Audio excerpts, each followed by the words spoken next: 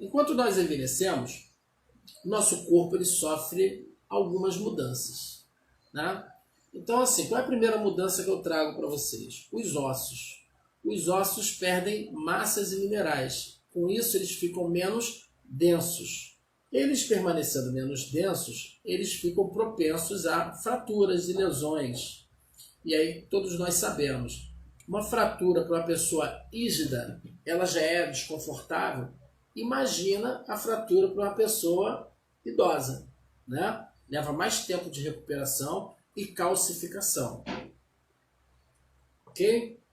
E aí nós temos o caso também das mulheres a partir dos 40 anos, que alcançam aí a menopausa. O que acontece com a menopausa? A baixa produção ou esgotamento da produção do estrogênio, que é o hormônio sexual feminino, ele afeta a produção do osteoblasto, né?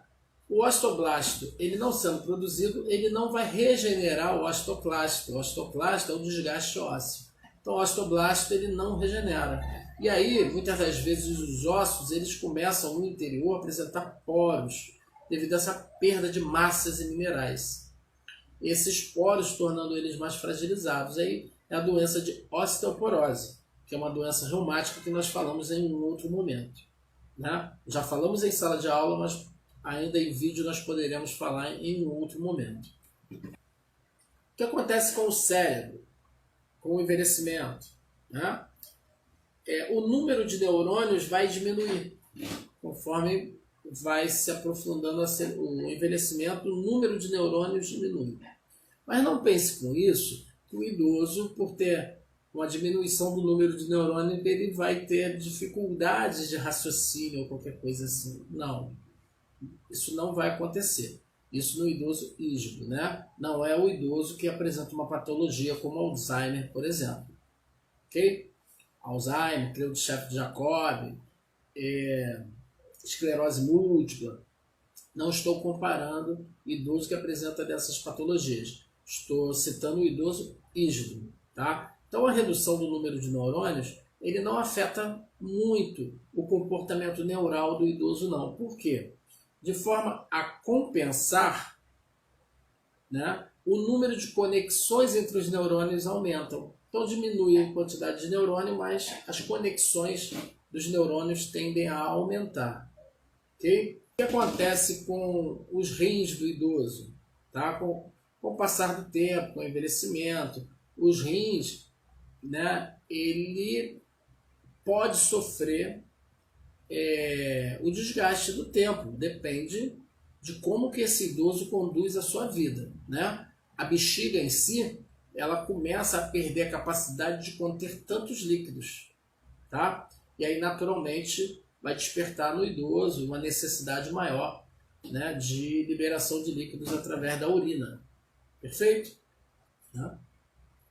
Outra mudança importante no corpo, nós falamos sobre o cérebro, ossos, a questão renal, bexiga, né? Então os ouvidos. O uso dos ouvidos ao longo do tempo, né, o aparelho auditivo, ele acaba tendo desgastes naturais, tá? Os tímpanos, eles recebem tanta vibração que algumas células ela acaba tendo desgaste. E aí o idoso ele acaba tendo dificuldade para ouvir frequências mais altas, tá? Natural, isso é o desgaste natural do aparelho auditivo, tá? É óbvio que no campo da acuidade visual você também vai encontrar debilitações e alterações na visão, porque o desgaste também, né? A circulação do sangue nessa região do globo ocular, muitas das vezes, devido à forma como o idoso tem no seu padrão de qualidade de vida ao longo da sua vida, ele pode coçar a vista. Sabe o que acontece quando coça? Você está ajudando a elevar a pressão na sua vista. Quando eleva a pressão, várias patologias oculares podem se desenvolver. A mais conhecida é o glaucoma. Agora, uma patologia comum no idoso, além do glaucoma, é a catarata, né? E aí requer um procedimento de retirada de uma película que fica sobre o cristalino, que tem a capacidade de ajudar a restaurar a visão do idoso. Em todos os casos, o cuidador de idosos, a família, ele tem sempre que se preocupar que o idoso precisa ter acompanhamento médico, tá? Não abram mão disso. Se faz necessário o acompanhamento médico para o idoso, tá? Em diversas áreas. Bom, alteração do corpo, ossos, cérebro, o coração. O coração faz parte do sistema cardíaco, né? O que compõe o sistema cardíaco? O coração e artérias. Artérias, veias, vasos sanguíneos. O coração ele faz dois movimentos, sistólico e diastólico. Quando ele empurra o sangue, movimento sistólico. Quando ele repousa para novamente empurrar o sangue, movimento diastólico. Então você tem que levar em consideração que o coração é um músculo cardíaco que está em constante movimento. Então vamos para a academia. Se a pessoa vai para a academia e ela, todo dia levanta peso, né?